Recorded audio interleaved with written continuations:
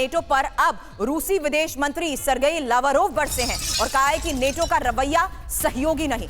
आपको बता दें, नेटो का विस्तार शत्रुतापूर्ण, यह बात लावरोव कह रहे हैं। नेटो के विस्तार से रूस की सुरक्षा हितों का उल्लंघन होगा।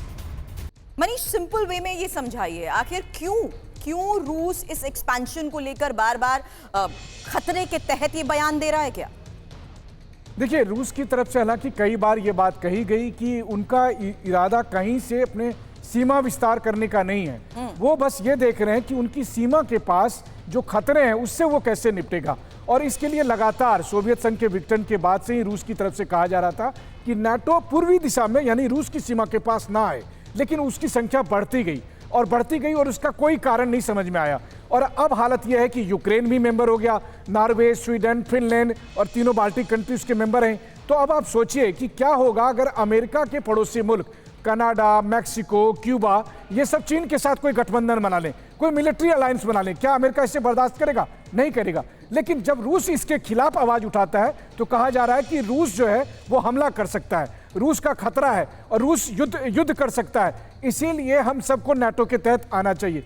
ये एक ऐसा मूलभूत अंतर है जिसकी वजह से रूस और यूरोपीय देशों के बीच में या रूस और अमेरिका के बीच में टकराव होते हैं और होते रहेंगे। फिर कोई फर्क नहीं पड़ता है कि डोनाल्ड ट्रंप राष्ट्रपति रहे या बाइडेन रहे या आने वाले समय में कोई और अमेरिकी राष्ट्रपति। अब अगली इंफॉर्मेशन मनीष उसी लिहाज से रख रही हूं क्योंकि रूसी राष्ट्रपति पुतिन कैसे नेटो को टारगेट कर सकते हैं और कौन कौन से देश उनके निशाने पर।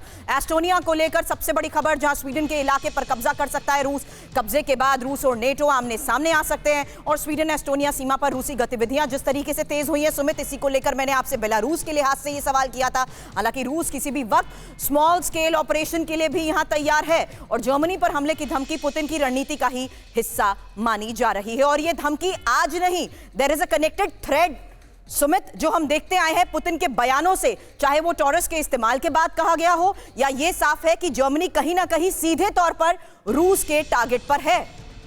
देखिए, बिल्कुल। और कहा यह जाता है कि जो पुतिन को समझते हैं वो ये जानते हैं कि पुतिन कहने से ज्यादा करने में विश्वास रखते हैं। देखिए, जर्मनी ने ऐलान किया कि वो लॉन्ग रेंज मिसाइलें यूक्रेन को देगा, लेकिन उसी बीच जब जेलेंस्की जर्मनी गए हुए थे उसी बीच उन्होंने क्या किया कि सुमी इलाके के अंदर अपने 50,000 से ज्यादा सोल्जर्स लगातार डिप्लॉय कर दिए। और सुमी सबसे इंपॉर्टेंट लोकेशन है क्योंकि ना सिर्फ ये यूक्रेन के कई इलाकों को, या कीव के पास भी है, खार्किव के पास भी है, लेकिन सबसे इंपॉर्टेंट ये कि रीइंफोर्समेंट के लिए ये बहुत इंपॉर्टेंट इलाका है। तो रूस ने ये ऑफेंसिव ऑपरेशन चलाकर ये मैसेज ना सिर्फ कीव को दिया बल्कि जर्मनी को भी दिया कि अगर आप ये दायरा बढ़ाएंगे तो निश्चित तौर पर हम भी ये दायरा बढ़ाते रहेंगे। और ये भी आप मानिए कि यूक्रेन के पास अभी वो मैन पावर नहीं है, उनके बाद भले ही उनको साजो सामान मिसाइलें मिल जाए, वो मैन पावर नहीं है जिससे वो रूस का मुकाबला कर सके। और सुमी जैसे इलाके का जाना यूक्रेन के लिए एक बहुत बड़ा सेटबैक होगा। और ये मैसेज ना सिर्फ यूक्रेन के लिए था बल्कि जर्मनी और नाटो देशों को भी था कि अगर आप ऐसे ही मदद करते रहे तो फिर रूस भी रुकने वाला नहीं है।